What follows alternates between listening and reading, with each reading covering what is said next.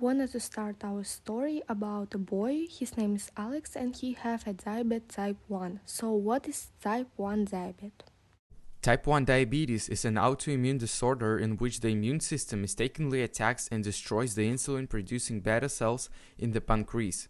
Insulin is a vital hormone that regulates blood glucose levels. The loss of beta cells can lead to insufficient insulin production, causing high blood glucose levels, hyperglycemia, which can lead to various complications if not managed properly. So there is a symptoms of diabetes that was caused by the high blood sugar level. High blood sugar leads to fluid loss, which causes a very excessive thirst. Lack of energy due to the inability of cells to metabolize glucose can cause you to feel tired and weak. Increased appetite may be caused by the body's inability to obtain energy from food. Unstable blood sugar levels can affect a child's behavior and mood. We will have to carry out some tests to understand the reason, and to do this you need to measure the amount of sugar in your blood and perform an oral glucose tolerance test.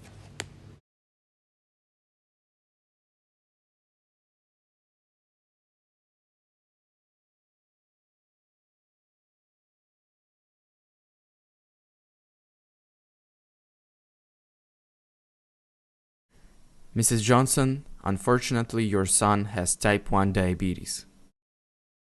No, this is impossible. How did my son get diabetes? I was very strict to his diet and he didn't eat many sugar. See, Mrs. Johnson, it's a common misconception that sugar intake directly causes diabetes, especially type 1. The first type is mostly connected with genetic factors, and the amount of sugar your son eats does not affect the emergence of diabetes. Since your son has diabetes type 1, this means that it was caused by an autoimmune reaction where the body's defense system attacks the insulin-producing cells in the pancreas. It's not caused by diet or lifestyle, and in most cases, it's not preventable. So, Dr. Harris, what does it mean? It means that your pancreas can't produce enough of insulin in your blood, which is essential for controlling blood sugar. When you eat, glucose gets into your blood and insulin neutralizes it if the sugar levels is too high. Without insulin, sugar builds up in your bloodstream and becomes dangerous. So, how can we get rid of it? So in diabetes, beta cells which produce insulin in the pancreas are being attacked and destroyed by the body's immune system. There are still researches on what is the reason for such behaviors, but the most common suggestion is that a viral infection may be the cause. Fortunately, late research has brought us to the forefront of using mesenchymal stem cells, or MSC, from sources like umbilical cord tissue in treating type 1 diabetes. The main feature of using stem cells in this condition is that they have the ability to differentiate into multiple cell types and regenerative capabilities. The MSCs became the most promising type of stem cells due to its regulate fibrosis and tissue regeneration, modulate the immune system, and produce various molecules that aid in treating type 1 diabetes, such as cytokines and exosomes. These stem cells have various main functions. Firstly, it makes the immune system work properly and stops its attack on pancreas beta cells. And secondly, it heals the destroyed cells in the pancreas.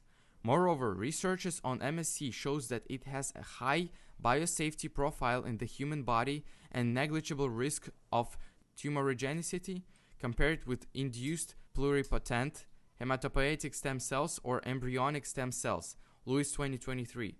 Furthermore, the study have shown that the success rate for treating diabetes mellitus with stem cells therapy is around 70 to 80%, Firoz and others, 2022. So for now, this is the best cure for Alright, listen up. You're a stem cell now. You come from the blood and all around are cells in need for your help. This here is the pancreas and it's counting on you to help it regenerate. See those dead beta cells? Viruses and immune attacks to come down. Don't give them viruses a hand. Stay sharp. And this is glucose.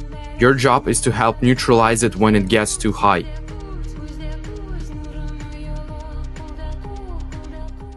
What is is the mechanism of working of stem cells. Hello, I'm your doctor and I will tell you about the mechanism of working of stem cells. First of all, these cells are then cultivated in vitro under controlled conditions to expand their numbers through the use of specific growth factors and signaling molecules in the culture medium. Stem cells are directed to differentiate into pancreatic cells. This process mimics the embryonic development of the pancreas.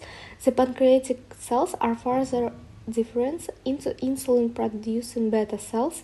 This step often requires a different set of growth factors and environmental conditions. The mature beta cells are then transplanted into the patient. The preferred sites for transplantation are areas with rich blood supply, such as the liver or under the kidney capsule. The transplanted beta cells should respond to blood glucose level by producing insulin, thereby regulating the patient's blood sugar levels. And it's crucial to monitor the functioning and survival of the transplanted cells and the immune response of the patient.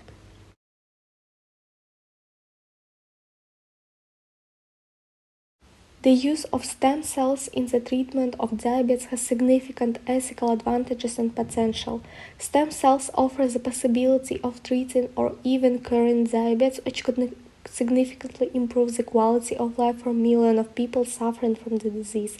And actually, stem cells research contributes to overall progress in medicine and biology, which can lead to new discoveries and therapies for various diseases. The stem cells treatment is still being tested and researched due to its complexity and the complexity of the condition itself. And it may bring a lot of positive changes also in the economical side. Firstly, it will relieve constant cost for diabetes treatments like insulin injection.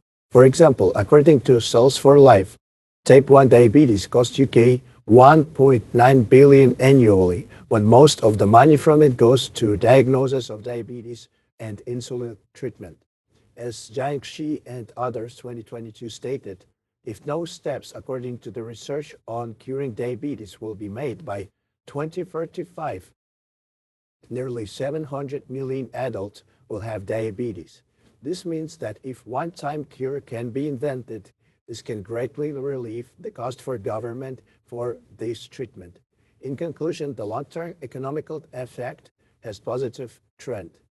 However, in the short term, it has high research costs. Stem cells research and development are expensive due to complexity of the science and the need for specialized equipment and facilities. Diabetes condition is still not fully researched, as well as the stem cell treatment. So in order to achieve innovations in the beginning, there will be high research costs. Yes, and I wanted to add that actually a major ethical issue is the use of embryonic stem cells derived from human embryons. This has sparked debate as some believe that using embryons violates their rights. In contrast, induced pluripotent stem cells derived from adult cells present less of an ethical conflict.